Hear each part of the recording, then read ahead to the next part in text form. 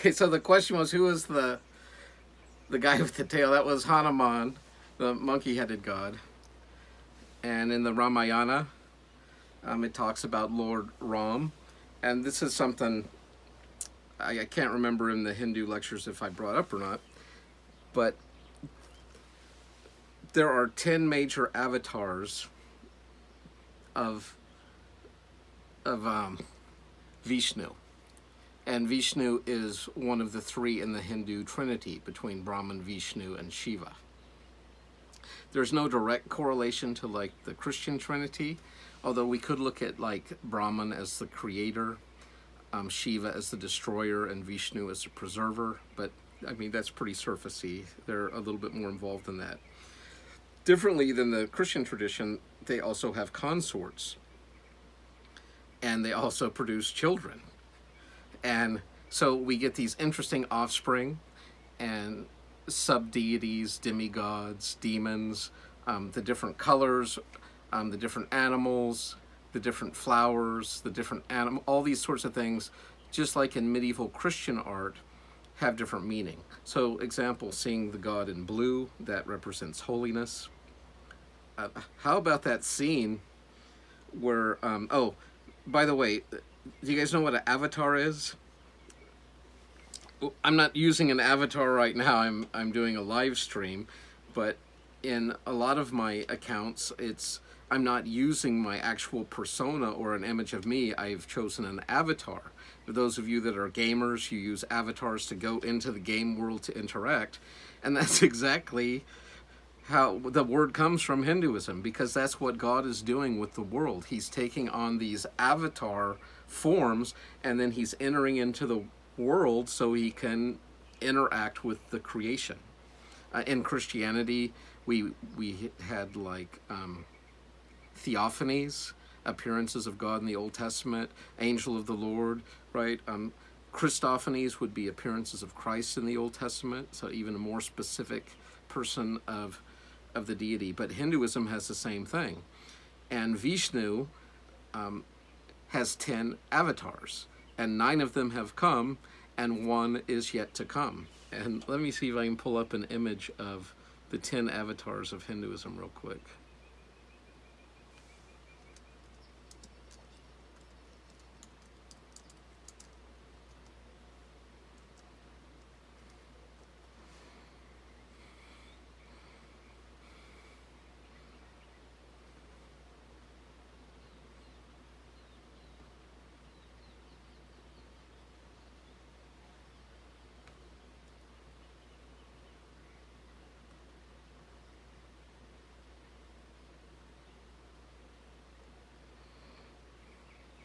Sorry, I'm still learning to navigate this. All right. This is going to trip you out.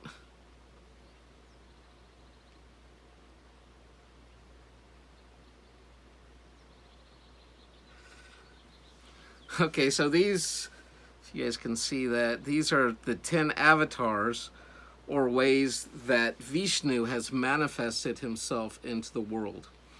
In the video that we just saw, the one that was highlighted was Lord Rama and his consort Sita.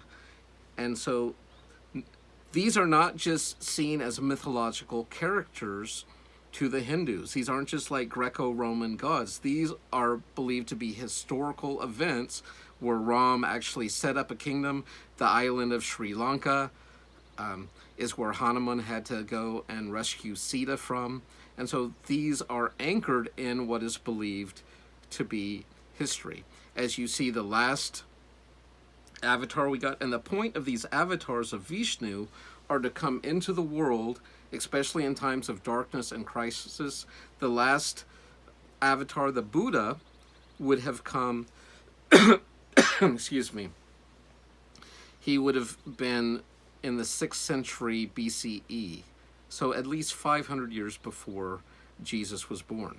Now, some people, like Yogananda, have taught that as Jesus was the avatar or the savior for the West, Krishna, who was also an avatar of Vishnu, Krishna came to bring enlightenment to the East. And so we have this really interesting thing. And if you'll notice, the last avatar who is yet to come, he will come bearing a sword and riding on a white horse, and his name is Kalki. So really freaky stuff. Any questions or thoughts about that?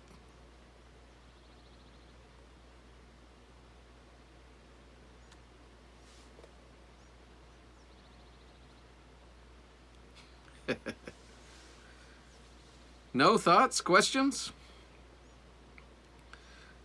I personally think Hinduism is the most logical of the world religions I'm familiar with. I mean,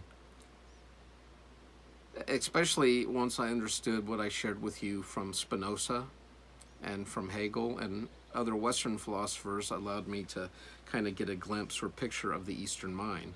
But instead of being backwards or ignorance, and I'm not saying there's not a lot of backwardness or ignorance within Hinduism or Hindu countries, but I'm talking about your Brahmins, the scholars. This would be the same in Buddhism as well. These people that are well read, they've taken the path of knowledge. I think it's an incredibly sophisticated, sound system. I did give some theistic critiques of it, but as you can see, there are aspects of devotion within Hinduism, like within the Hare Krishna movement. And maybe I'll pull up one of those for your viewing pleasure.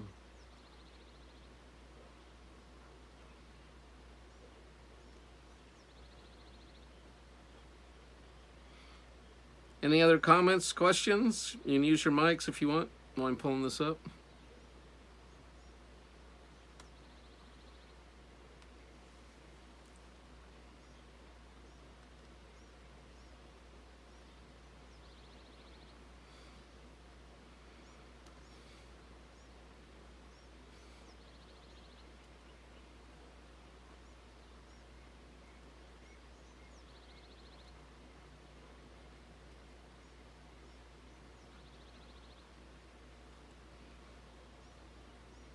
No comments, questions, observations?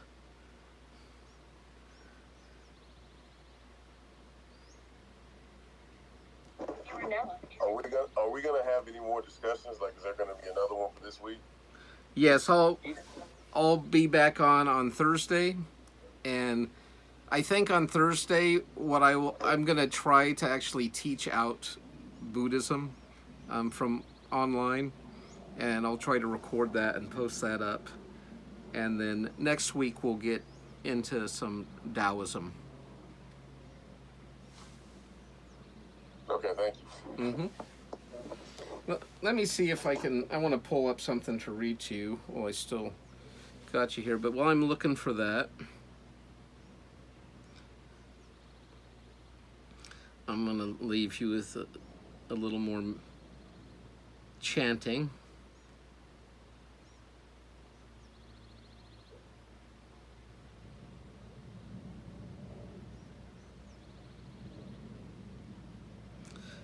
This is one of my favorites, so while I'm pulling up Thou Art That from the Upanishads, I'm going to give you a little Lotus Sutra chant.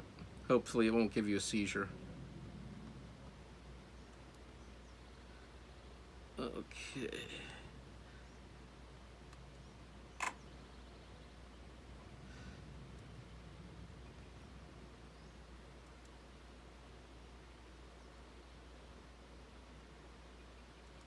There we go.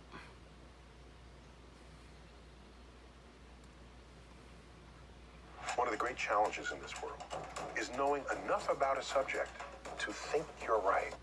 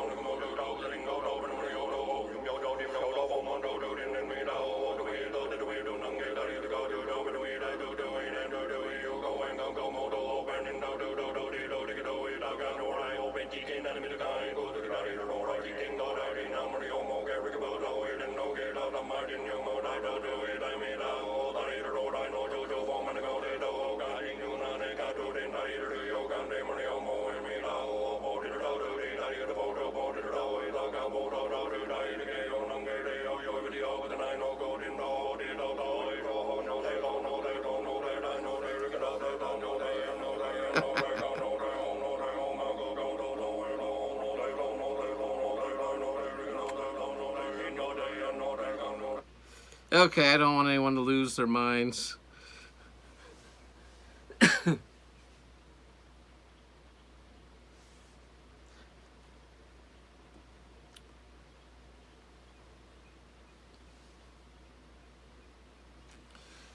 Yono, Yoro Rengiho. I don't know that it has any meaning in particular, and I'll explain that as we get into Buddhism on Thursday. Just a little foretaste of it, though, is where Hinduism is trying to use knowledge to reach enlightenment for our true self. Buddhists, at least in many sects, especially Zen Buddhism, believe that knowledge, intellectual knowledge, is actually a great impediment to enlightenment. That we need to become like little children again and have an open and free mind. But the more we fill it with knowledge and things and data and facts, the more we confuse ourselves with our connection with the world. We get into this I-thou distinction. And so the Yono Rengeho chant, I don't believe it's like chanting the Lord's Prayer or some words of comfort. It's actually creating a vibrational frequency that is supposed to tune you with the vibrational frequency of the one, of the cosmos, because the universe is I, and you want to bring yourself into harmony, harmonic convergence with the oneness.